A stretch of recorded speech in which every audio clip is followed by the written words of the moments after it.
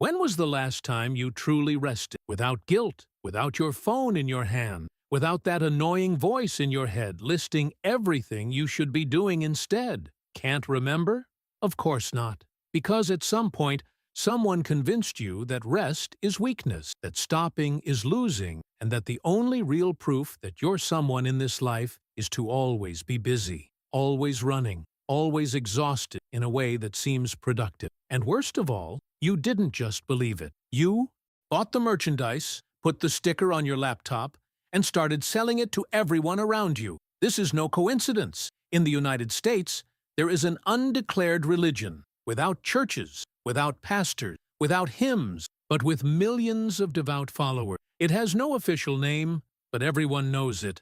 It's called hustle culture, and its commandments are simple. Wake up early, sleep little, work more, be productive. And if you still have energy left after all that, you're probably not trying hard enough. Everyone has a guru. There's the guy on the podcast who wakes up at 4:30 in the morning, exercises, meditates, reads 3 books, answers 272 emails, drinks a green smoothie that looks like garden mud, and still finds time to post a motivational video saying you can do the same if you just really want to. There's the LinkedIn influencer who never rests because, to quote her directly, success doesn't take vacation. There's the millionaire entrepreneur who proudly recounts that in the first 5 years of his company, he didn't take a single weekend off, as if that were a medal and not a warning sign. And the worst part? You believe them. Not because you're naive, but because the message is everywhere.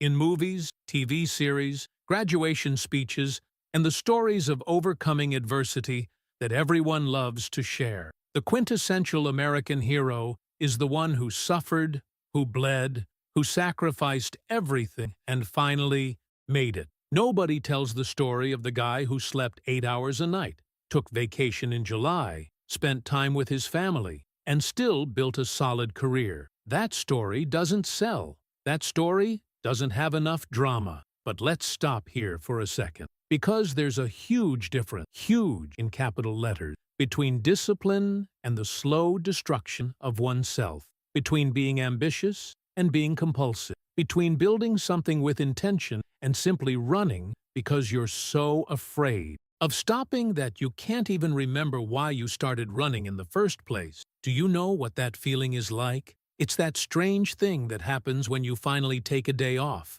You're supposed to be relaxing, but instead, you're anxious, restless, feeling like you're wasting time, that others are overtaking you, that you'll arrive on Monday and be 2 steps behind everyone else. And then you open your laptop just to check something. And suddenly, it's 4 o'clock in the afternoon, and you've worked all day on your day off. And you know what's most disturbing?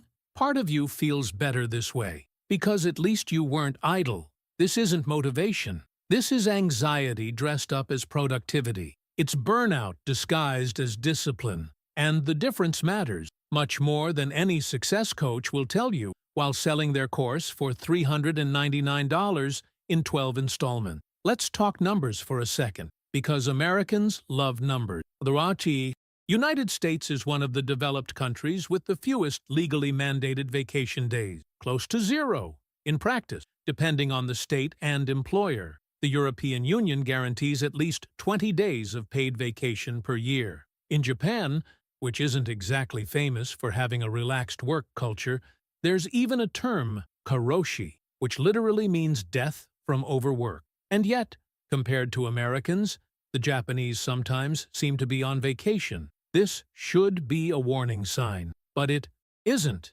It's treated like a badge of honor. There's one thing nobody likes to admit. A large part of this rush isn't about building wealth or achieving goals. It's about avoiding silence. Because in silence, the questions arise. Questions like, what do I really want from life? Does this job make me happy? Am I building something that matters to me? Or am I just running at the pace society expects of me? These questions are uncomfortable, and it's much easier not to hear them if you keep your schedule full, notifications on, podcasts playing in your ears, and your to-do list always a little longer than is humanly possible to complete. The productivity industry in the United States generates billions of dollars annually. Focus apps, planning notebooks, time management courses, books on optimizing morning routines, supplements promising mental clarity, specialty coffee promising sustainable energy. It's a masterful irony. You're so busy trying to be productive that you don't have time to realize that the solution to your exhaustion isn't yet another productivity tool. It's resting. It's stopping. It's recognizing that being human is not the same as being a machine in high-performance mode 24 hours a day, 7 days a week. And here's the darkest part of the illusion. You keep moving. You keep posting. You keep working. You wake up on Monday, answer emails, meet deadlines, show up for meetings, and at the end of the day, at the end of the week, at the end of the month, you still feel like you're behind. You still feel like you could have done more, that you should have been faster, that that person on Instagram is clearly doing more than you and sleeping less and still smiling more, and you go to sleep with that feeling of debt, that feeling that the day wasn't enough, that you weren't enough. That's not growth. Growth has direction. It has intention. It has moments of pause where you assess whether you're going in the right direction. What the hustle culture sells isn't growth. It's movement for the sake of movement. It's the illusion of progress while you run on a treadmill that never stops and never takes you anywhere different from where you already are, only more tired. So if you've made it this far while still watching, I'm glad. Because that means some part of you recognized something in those words. Maybe a fatigue you've learned to normalize. Maybe a guilt that appears every time you try to rest. Maybe a vague feeling that you're living at the pace someone else expected of you, and not at the pace you chose for yourself. The question isn't whether you're working hard enough. You probably are. The question is, are you building something that truly matters to you? Or are you merely performing survival in a culture that has learned to transform burnout into social status? Because there's a difference between choosing to be ambitious and being conditioned to never stop running for fear of what you'd find if you stayed still for too long. One is freedom. The other is a very well-decorated prison. And the worst part is that from the outside, they both look exactly the same.